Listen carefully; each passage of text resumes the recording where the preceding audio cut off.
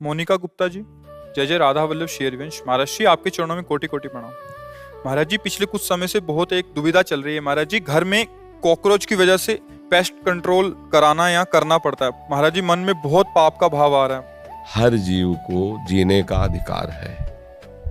जहां तक हो सके हम उनको जीव रक्षा करते हुए बचाएं, अपने कार्य को कर सकें। जैसे हमें वर्तमान में दिखाई दे रहे हैं तो उनको उसमें भर करके बाहर फेंक दें। अब जब नहीं दिखाई दे तो ऐसी औषधियां रख दें कि वो उत्पन्न ना हो और वो वहां आवे ना। अब हमें दिखाई दे रहे हैं टहलते हुए, उनके ऊपर ऐसे केमिकल डालें जिससे वो मर जाए तो पाप तो होगा ही, भोगना पड़ेगा। सब जीव इस भूमि में जीने का अधिकार रखते हैं। तुमने एक घेरे में अपने घर को अपना मान लिया है, लेकिन है तो भगवान का ही। तो उसमें छिपकली का भी तो अधिकार है, चींटी का भी अधिकार है, बिच्छू का भी अधिकार। भूमि भगवान की है ना, सकल भूमि गोपाल की। या में अटक कहाँ, सब भगवान के जन है। हाँ, कुछ हमारा विरोधी भाव है। अब सांप जिस कमरे में रहेगा उसमें हम कैसे रह सकते हैं? तो हम मारे ना, निकाल दें। हम ऐसा उपाय करें उसको दुख ना पहुंचे और अपना बचाव पक्ष कर लें। ये बात हो सकती है। जैसे पोछा लगा रहे हैं, बहुत सी चींटियां हैं, अब आप ध्यान नहीं दे रहे, रगड़ रहे हैं, पाप बन रहा है। पहले फूल झाड़ू लीजिए ऊपर से, पोछा लगाइए, अगर फिर दिखाई फिर फूल झाड़ू से कर दीजिए। हमारा उद्देश्य ना मारना है। अब अचानक कोई आ जाता है तो भगवान जाने। अब हमें दिखाई दे रहा है कोई भी जीव, कोई भी नाम रूप जीव का हो, सब में बराबर अंश है। जितना एक हाथी में उतने एक चींटी में, जितना एक महात्मा में उतने कॉकरोच में, वो पावर सब में विराजमान है। कोई ऐसी जगह नहीं जहां वो ना हो। हाँ, ये जरूर है कि अनजाने में जो पाप होते हैं वो भगवान क्षमा कर देते हैं। अब चींटियां हैं, उसके ऊपर आप केमिकल डाल दो, अब आपको दंड भोगना। इसमें भी देखना है, बचाव पक्ष अपना रखना है, लेकिन उसको नष्ट नहीं करना। किसका प्रश्न था? हाँ, ये आपको देखना है। बहुत सी ऐसी, अब जैसे घर गृहस्थी में ये सब, हमने किसी एक परिवार को देखा, जा रहे थे कि घर की सब छिपकली निकालकर रोड में ईंटों से कुचला था। दुर्गति होगी, कोई संशय नहीं। आपको ऐसा लगता है? हम कहते ठीक है, हमारा उनका विरोधी भाव है। मतलब भोजन में वो शौच न कर दें, भोजन में गिर न जाए, तो आप उनको निकलवा कर बात छोड़ दीजिए। संसार है, मारने जरूरी है, उनकी हत्या करना जरूरी है क्या? मुझे लगता है किसी भी जीव की हत्या करने का अधिकार हमें नहीं है। हम अपने बचाव पक्ष में हैं। अब कोई मर जाता है वो बात अलग है, अपने बचाव पक्ष में। क्योंकि अगर सेवा पक्ष दिया गया है तो फिर हो सकता है, क्योंकि उस समय वो धर्म है, उस समय वो धर्म है। अब इस समय हमें वो धर्म, आपत धर्म तो नहीं है ना, तो इसमें हमें विवेक के द्वारा चलना है। झाड़ झाड़ के फेंकते रहो, जब देखा अब नहीं है तो वो औषधि, तो वो दवाएं चली हैं, लगा दीजिए, तो आएंगे नहीं और वो उत्पन्न ही नहीं होंगे। गंदगी नहीं रखोगे तो काहे को उत्पन्न होंगे? गंदगी रखोगे तो उत्पन्न होंगे। ऐसी वो सब चले हैं कि रख दो तो ये सब कीड़े मकोड़े नहीं होते। पर सब में भगवान है। मारना तो हम कभी अनुमति नहीं देंगे, और किसी भी जीव को दंड दोगे। देखो, एक कथा तुम्हें सुनाते, महाभारत की है। एक महात्मा मांडव्य ऋषि नाम के थे। वो हाथ उठाकर ऐसे, पहले बहुत कठिन तप संतों को करना पड़ा। कलयुग है तो अब तो नाम जप से ही काम, मंत्र जपो, नाम जप। दाहिने पैर के अंगूठे केवल पूरा शरीर का भार रखकर हाथ उठाकर के मंत्र जप रहे थे। उसी राज्य में कुछ चोरों ने राजा के यहाँ चोरी की, राज कर्मचारियों ने पीछा किया, उनके आश्रम में गए और आश्रम में छुप गए, इस भाव से कि महात्मा के आश्रम को देखते ही राज कर्मचारी वापस चले जाएंगे कि यहाँ कैसे चोर छुपे हों। पर उनकी दृष्टि पड़ गई घुसते देख के। अब वहां गए तो माल सहित पकड़े गए। तो उन्होंने सोचा कि महात्मा ने ये नाटक कर रहा है, चोर रखता है और चोरी करवाता है।